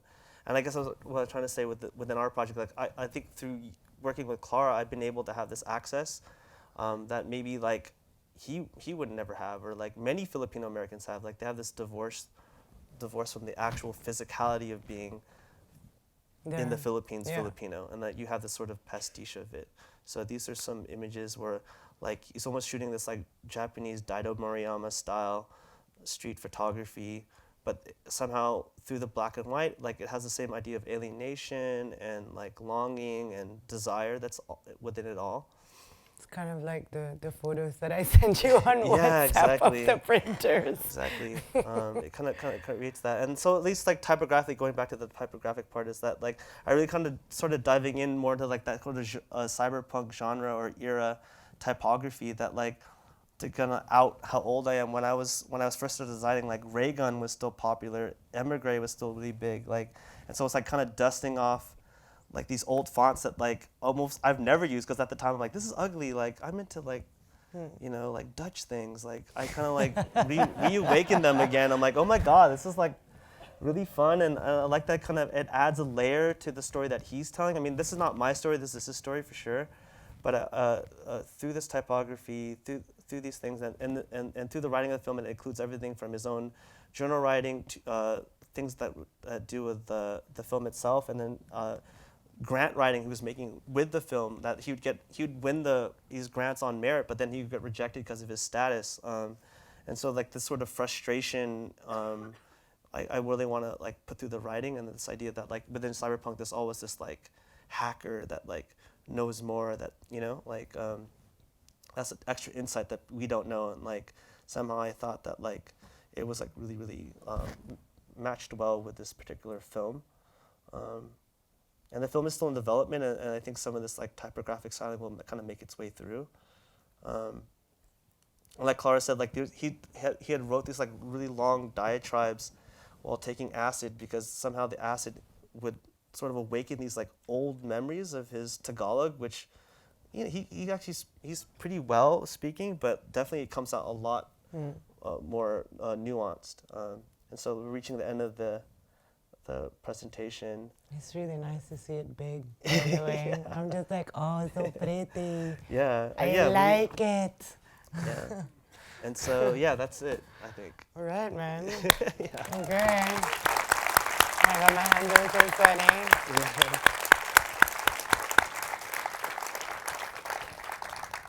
Okay, yeah. Wow. So yeah, Q&A. Everybody needs to pee. Yeah. Right here in the front, or these two, yeah. Goodbye, my friends. Clara, this is for you. Yeah. Living in a country with a brutal dictator and doing not overtly political work, but work that could be considered disruptive to the system. Do you ever fear for your life or the life of your family? Well, that's interesting that you would ask, because this project is that. After the president got elected, I just realized that I had been remiss, because like during the whole campaign I'd been silent, just kind of like not wanting to engage in all the hate soup. And then the day he got elected, I saw one of my favorite journalists on Twitter just parrying all the awful trolls just by herself. And I was just watching it, and I was like, oh my God, like I have been remiss. Like I have left her alone. So the next day I'm like, I'm gonna become a troll hunter. So that's what I've been doing, kind of sometimes intensely and sometimes on and off for like the past 10 months almost. It took me 7 months to ruin my online life. There's a political bloggeress who lives in the Netherlands and says she blogs from the safety of the Netherlands. What's interesting is that she's transgender. So I find this like super fascinating how how women or transgender or LGBT queer people can be supporting a misogynist. So that's what I asked her. And she's a very popular blogger. She has the same amount of readership as some of the major media, like dailies, the major dailies in the Philippines. And I just like picked a fight with I just poked the wrong hornet's nest, and then I started getting death threats, hate mail. I'm on something called the watch list, which is compiled by the Duterte cyber warriors. Shout out to them if they're watching me online right now. So yeah, there's like a watch list of 2,000 odd people that are deemed, or Facebook profiles that are deemed unfriendly to the regime. Yeah, the death threats hate me. Oh yeah, and she also wrote a fake article about me on the Huffington Post. She said some stuff about my family, which is true. I have like my family has a colorful political past from which I think I have, in the last 7 years, very clearly broken away from. But she insisted that I was the leader of a troll army that was out to get her. So yeah, I did fear for my life for a second because it was like I'd never been swarmed that way. There were comments, I mean, the most innocuous ones were like toxic white feminist, which is like, thank you for taking away my collar. But like the more frightening ones were like, one guy who's like said that, one guy who said that he was ready to kill me anytime. Another guy who said that maybe my rapist had not paid me enough attention. I mean, it was just this horrible hate soup. And this is sort of why, I think the OCD has to die.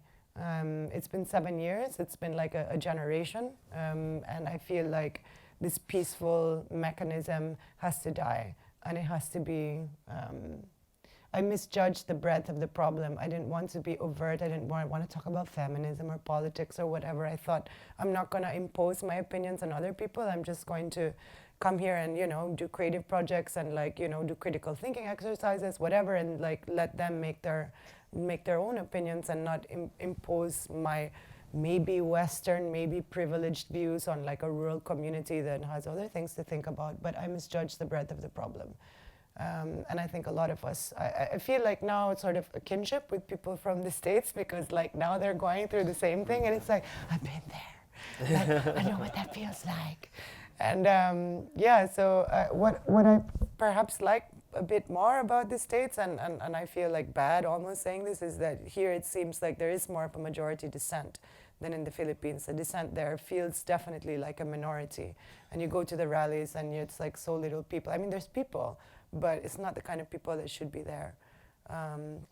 But yeah, I have feared for my life, and I am thinking of, what, like I'm here doing community work, serving communities, like, if 9 out of 10 or 8 out of 10 people in this community support extrajudicial killings, then, I don't feel safe in this community, or I don't feel safe talking about my political views in this community, especially in a climate where whoever can point at you and say, she's a drug addict, send her to jail or shoot her in the head.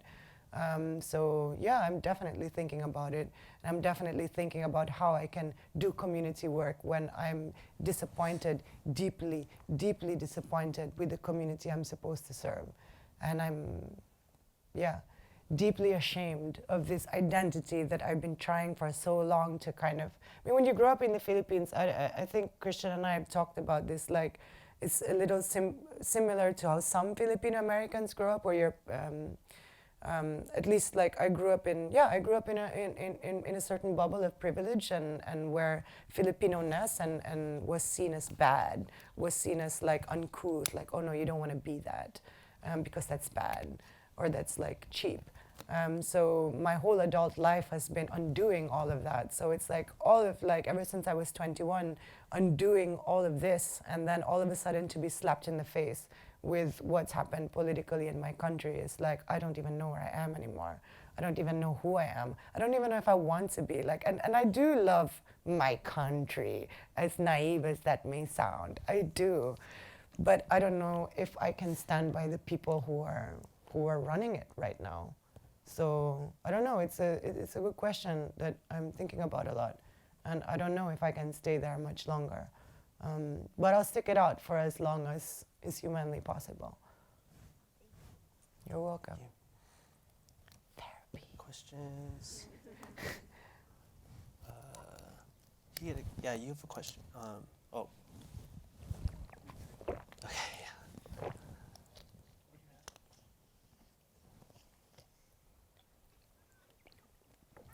Hi. So you mentioned the Philippines is a culture that is social media hungry and that is very into memes and sort of that kind of online vernacular. And a lot of the things that you focused on in your presentation were very print based. So I'm wondering how you've kind of taken that sort of mission of hardworking, good looking, and that aesthetic and that vernacular, and taken it into online spaces, if that makes sense. Yeah, it makes sense. Well, some of like the archive that we showed was not like the full archive. There's a larger kind of collection of folders and references and stuff. But it's really interesting now, like, I mean, going back to the same project, like how I'm interested a lot right now in meme making, like, and how like political memes have affected real political, like real discourse, like on high levels, like how senators are referring to memes. The other day, like there was a senator in the Philippines that berated one of his, like, I don't know, like the National Intelligence Agency for, like they gave a file, like it was like a folder that said like confidential and stuff, and then they gave them a file of like a conspiracy theory that they had found online, and then the senator like threw it in their faces and was like, why are you asking us to investigate this when it's obviously fake news? All of this, like, I think maybe now, well, those two are actually cognitive dissonance memes. I worked with Dante on these for an exhibition we did in Gwangju. And then the jerseys we did with Kristian. So the cognitive dissonance memes are based on funeral tarpaulins. There was this certain language that was being used for funeral tarpaulins, and then all of a sudden I saw on Facebook that they were turning into happy birthday greetings. So using the same like visual language, but then for like happy birthday, happy anniversary, congratulations on your graduation. So it was like, what's happening? And then there was also like this other group of memes that I was collecting that were like romance memes, like happy anniversary, or I love you so much, or you're my favorite boyfriend. It's like, yeah, it was super crazy to me. So with Dante, we like, I gave him like this sort of two different families of the funeral tarps that were being used for celebrations, and then the romance memes that were just out of this world that were being used for like, what's a second bunsary? It doesn't exist. But then at the same time, it's kind of cool. So we wrote like this, the project that I'm doing, actually I'm doing role playing as an online troll. So my sort of amateur theory is that there are black hat trolls and that there are white hat trolls. It's not necessarily that if you're a feminist, then you're automatically a white hat troll. It's like, it's not really what side of the argument you're on. It's how you defend your argument and how you treat the people that are engaging with you online.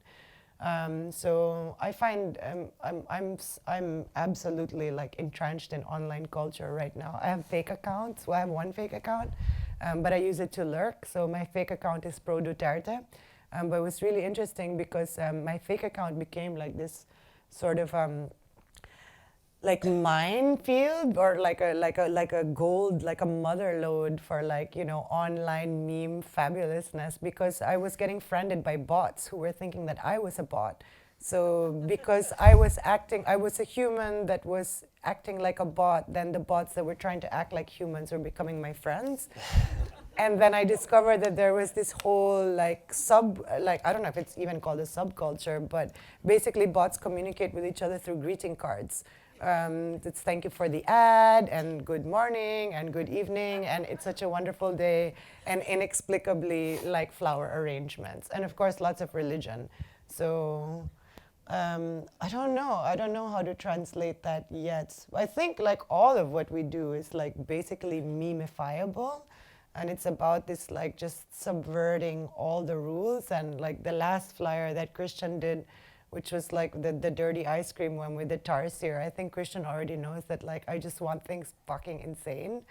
But even the way we work, I mean, like we only really hang out like a few months out of the year. Like it's really like an online project as well. Oh yeah, like the way that we communicate and organize, and somehow it all makes it there on time. And I really can't believe it sometimes.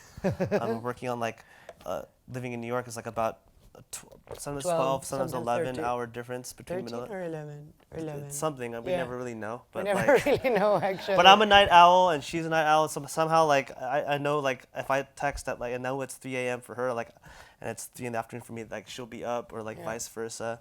So like somehow the project works like in this like kind of transnational way as well. So like that would totally enabled by the internet. Most of the year I talk to you more than I talk to anyone else, except like the people that live with me in my house, and it's just like, Kristian, what are you doing? But yeah, I find it really interesting. Also, like we talk about it a lot. Like when we Skype, when we have meetings, they're really long meetings, and then the first portion of it is dedicated to just gossip. You know? Yeah, Tita time. Yeah, Tita time. Like Tita is anti. Let's keep that off the record though. No, he's like super anti. So he's like, how are you doing? Who are you going out with? Who are you seeing? Yeah, it's kind of strange. We didn't even like, our kind of collaboration was online for months and months. Yeah, before I even met her, like, cause like I had, so kind of left that part of the lecture, but like after I graduated from Yale, like I kind of want to continue this idea of pursuing some sort of project with the Philippines, but I didn't really like solidify yet. And I knew I wanted to be like contemporary, not some like going to some archive in some university. And I found about her project actually through Miko, and I was just like, hey, I'm in Manila. Like if you're in town, I'd love to just get like meet you. This is my portfolio. Like I'd love to collaborate. And at the time, she had been doing a project on another island, so we couldn't meet. So we just met over Skype at that time. And I was like, oh, well, like, and we really got along. Like, oh, if you ever have like because she was doing social practice work, which is essentially performance arts. I'm like, didn't really have a physical, like, printed form. So if you have, like, a book or, like, a new event you're trying to do, like, I'd love to work with you. And then throughout that spring, summer, we started working. And then I didn't meet her till I was like, oh, I have a table at the book fair. Let's do something together. And I met her randomly, like, maybe even 9 months after, actually. Yeah. After meeting her. Yeah. So, yeah. And you're like, whoa, you're tall. Yeah, exactly. It's like, whoa, you're not, like, short. Yeah. You have legs. Any other questions? Thank you. Just a quick follow-up on that. I would love to hear a little bit more about this performative aspect of your work. I mean, it sounds like sort of everything you're doing is performative in a certain kind of way, but it sounds like you're also specifically talking about doing what would be called performance type work, performance work in the art world. If you want to use that rubric. I've done performance work, like more whatever, like to kind of blow off steam, or like do, like I have my other stuff that I do when like the social issues get too much. I'm like, oh, I just want to do something that has no social whatever. But I feel like all of the projects are performances, and like it took a long time for me to actually say, oh yeah, I'm an artist, because like I don't know, there were a lot of parts of the art world that I couldn't stomach, quite honestly. But then I did realize at a certain point in time that art was the only kind of context within which the complexities of the projects that we were articulating could be discussed, could be understood, and could meet. And I started discovering other parts of the art world because I was exposed to just a certain kind of it. And then I started meeting other people and discovering other practices that were very exciting to me, that were not just into creating objects and aesthetic experiences that for me had no relation to the context where I was living. Going back to your question about the performances, I mean, I guess I think of the projects as performances because they're unrestageable. They're unrestageable, they're unretransmittable. You had to be there, you know, and it's, I feel like there needs to be a more clear definition of what social practice is, Like there, even in like the kind of the like more consecrated spheres, like nobody can really agree on a term. Some people call it social practice, some people call it relational. I mean, there's so many like words for it. But I feel like there's a difference between purely relational art and social practice. So all social practice is relational, but not all relational work is social practice. I feel like relational work is just about the poetry of human relationships, and it doesn't need to create any like any social effect, or it's just it can or cannot, but it's more about exploring the richness, the tapestry of just relating to another human being. And social practice, I think, goes a bit further. It's like doing relational work, but then trying to have a bottom line and trying to work with communities in the longer term. And it's also about, at least the way that I approach it, it's about, it's a community performance, it's a communal performance, it has no author. Because the work is done in community, I don't know. I don't know if any one person in that community can claim that they are chief. So none of the books that we have done as research projects, they don't have author. Like, even though like I may be the person that's doing most of the writing, whatever, the research, this and that, like I don't feel like I have the right to claim that book or that project as author. So it's been quite comfortable for me to kind of retreat behind this semi-official sounding name. I kind of like that, the obscuring of the individual, and really exploring what it can be like to just share, as naive and as whatever as that may sound. I'm not saying I'm Mother Teresa, like, but obviously I'm doing it because it is my work as well. Whatever, like it's a personal thing, and I am getting something out of it. But I don't know. I like this idea of a performance in community. There's a musician, he's my favorite artist actually from the Philippines. His name is Jose Maceda, and his like greater contribution to he was like the John, I mean, yeah, I know it's not good to do this, but yeah, he was the John Cage of the Philippines, or John Cage was the Jose Maceda of the United States. Let's just put it that way. And he's sort of like he was an ethnomusicologist, so he did extensive research on like Filipino indigenous communities and recorded all of the oral and musical traditions that he could find, and built an archive that is right now a UNESCO heritage site. And through his research as an ethnomusicologist, he was able to translate kind of this idea of the importance of community in the making of music. And I don't know, I've always really, I like the idea that he started with like this very intense research and traveling and field notes and this very scientific approach, and then abstracted it to, I mean, the ultimate abstraction, which is like, you know, conceptual music. And what I found super beautiful is, I'm not a musician, I can't read music, but I see his visual scores and I'm like, wow, like, I don't know what you're trying to do, but I understand. Like how he created this synesthesia between, I mean, and then you listen to his music, a lot of it is cacophonic, but then sometimes there is like this, like moments of the sublime, like when everything comes together. And I think about him a lot, actually, when I'm doing the work, and how his sort of contribution to the composition, like Western composition, or at least what I was told was that he like deconstructed Western orchestral or Western type orchestral performance and composition with tribal notions. So basically the idea that although community was important in tribes for music making, each person that played the instrument was able to do it individually. So what I was told was that, or what I read actually, was that he was one of the first musicians to, instead of giving like an orchestra, like in an orchestra maybe you would have one or two violins, he would like, so you would have like 4 violin players playing the same score. And what he would do is give each individual violin player their own individual score to play. So it was like within a community, you don't lose your identity, you still have your own agency. So yeah, I guess in a really weird, abstract way, and I'm really glad we talked about Jose Maceda because he's awesome. Yeah, that's how I view the performance in community. Any more? I don't know if I have as much a question as an observation. A number of years ago, I came to see David Carson, the surfer designer that was here, and I came to tell him that I couldn't read his shit. And by the end of the hour, I got it, and that was very much the same here. I didn't get it at first, and the more I saw, we're not going to be immersed in this. We just get a little sprinkling, a little shower of it. But I can see how what you're doing, the validity of everything you're involved in, and I wanted to make a parallel to perhaps the '60s California.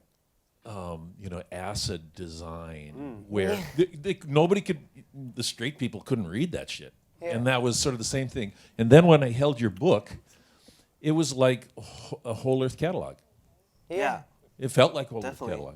It was cool. Anyway, I don't really have a question. I just thought I'd mention that. No, and I like that because I think even for me, to kind of understand this, we want to build a community slowly. We don't want to do fast design where it's just immediately accessible and immediately. I mean, I think that, yeah, somebody gets it, but I feel like there's elements of it that are you get it on the surface, but we embed deeper things if you want to delve deeper into it. And I know I have a lot of people who grasp on certain books that like it for particular reasons, but I really remember this one woman who comes to every fair. And she's like, this is my favorite book because she read the thing. I don't know how many times, again, as a designer, we buy these objects because we like them for the material quality, for the texture, or the way it was made, or we love the artists and things like that. But as you can see with Clara, her grasp of language and her comedy really comes through, and I feel like that's a very Filipino thing too. It's we can talk about super serious issues, but can we laugh about it still? Even laugh about our own pain. Gallows humor. Yeah, and I love the fact that again, even though this is we use the Philippines as a lens, we want to make it accessible to more than just we don't want to make it that kind of identity project that's just for us, only for us, and no one's allowed in. We do welcome people in and hopefully inspire people who have their own specific backgrounds to do similar projects. I mean, that would be the biggest compliment to me, a community from another place, kind of recreating it in their own way, not copying us and maybe even hating us and saying we want to do something reactionary to that. I think that kind of pushes the thing along. And that other aspect where we think that we're creating textbooks, that these are research tools for other people to do their work, that in that way, I like that. Clara talks about performance as ephemeral. The books are in that way, ephemeral but permanent. But we never really see them as closed circuits. They're open. And so I think that's even we don't really know how to wrap it up because it's we're constantly questioning everything and we're learning new things about it, or finding a new angle about it. And so it's hard to be definitive about it, especially it's such a. There isn't really a strict canon being built, and we're doing it now, but we love to collaborate with more people to kind of create that together, hopefully. And I think it's not closed also because I was saying earlier, I'm not a graphic designer, I'm also not a researcher. I'm not an academic, I'm not a sociologist, I'm nothing. I just started making books because I couldn't find books that I wanted to read on the topics that I wanted to read about. So it's a really interesting process of just learning too late that I actually have academic inclinations. And then it's kind of nice. I mean, lots of times I fuck up and I'm like, okay, I fucked up. I wasn't supposed to do that, or I was wrong. But sometimes when you come to conclusions that are correct, you're like, oh, wow. I think that's why I like vernacular culture so much and vernacular design, because I relate so much. Because I am a vernacular everything. And self-taught for the most part in most things. So yeah, it's kind of nice when you kind of find your own way. In terms of you understanding or not understanding, I was actually thinking about it this morning. It's not normal for girls in the Philippines to have shaved heads. So it took me a very, very long time to get accustomed to it. It took me 2 years. But it was just a matter of normalization. And I looked a lot to African American women and African women where baldness is kind of a more normal and a feminine thing. So I couldn't find any references in my context that Yeah, it's like your femininity is so intimately linked with your hair that when you shave it off, you're like, oh God, like how am I going to be, like how am I going to express my femininity, my sexuality, my identity now? And it was just a matter of normalization, of like looking to somewhere else and having it normalized. And then like now I look in the mirror and I can recognize myself in my feminine incarnation, and I don't have to overcompensate anymore. And I feel like what we're doing with the design is a bit the same. Like I talk a lot with my friends in the Philippines, like photographers, writers, artists, and our problem is always the same. It's like, you know, how we all want to, or we all, like at least the people in my circle, we want to like create work that is, you know, local, or not necessarily like cheap identity politics. It's just we want to like create something that responds to the environment that surrounds us. And we're like, oh, but it's so hard when like what you're being taught in school comes from the West, or comes from Japan, or comes from China. Mostly it comes from the States, quite honestly. So it's like, how can we create work that is local when we're constantly looking somewhere else? And I think that was what was happening in the design. I don't know if in the art world, probably yes as well. So what's been really nice to see in the last few years is that there are designs that are very different looking, like in the fancy designer circuit. Very different designs are starting to emerge, and I think it's not that we've created a school or anything like that, but definitely I feel that there needs to be a process of normalization. And if there's more and more people that are kind of exploring this madness and this craziness and this kind of acid, like lysergic, like a Filipino identity that is rooted in the complete lack of identity. I think the more people explore that and try to give it rigor and criticality, the way that Kristian does in the design, then it just gets more normalized. And then that's when a voice starts to emerge, and it becomes okay to embrace all of these things. And the uncouthness and the murder and like it's finding ways to, I always say it's like finding ways to be tender with your own culture. It's difficult coming from a developing world country. There's many things that are very difficult, but it's a constant exercise in like approaching that imperfection and saying, okay, like deep sigh, let's try and see where we can, you know, it's hard right now, but we're trying. Thank you. Maybe one more? Any more questions?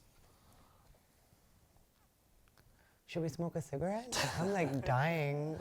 And yeah, we later on, if you guys, I mean, like I think that another quality to our books is like definitely the tactility of them. And so we had brought a selection of books for people later if you just want to like flip through them, because like they have a density. There's a quality of the paper that's very common to the Philippines, but very rare here, and it's very like visceral, that feeling. So I definitely welcome people to kind of go up and look at the book with their hands. Look with your hands. I like that. You like that? Yeah, you're like, you like that? You Yeah, like? yeah. I make it. Yeah, maybe that's it. That's it. All right. Thank you. Thank you.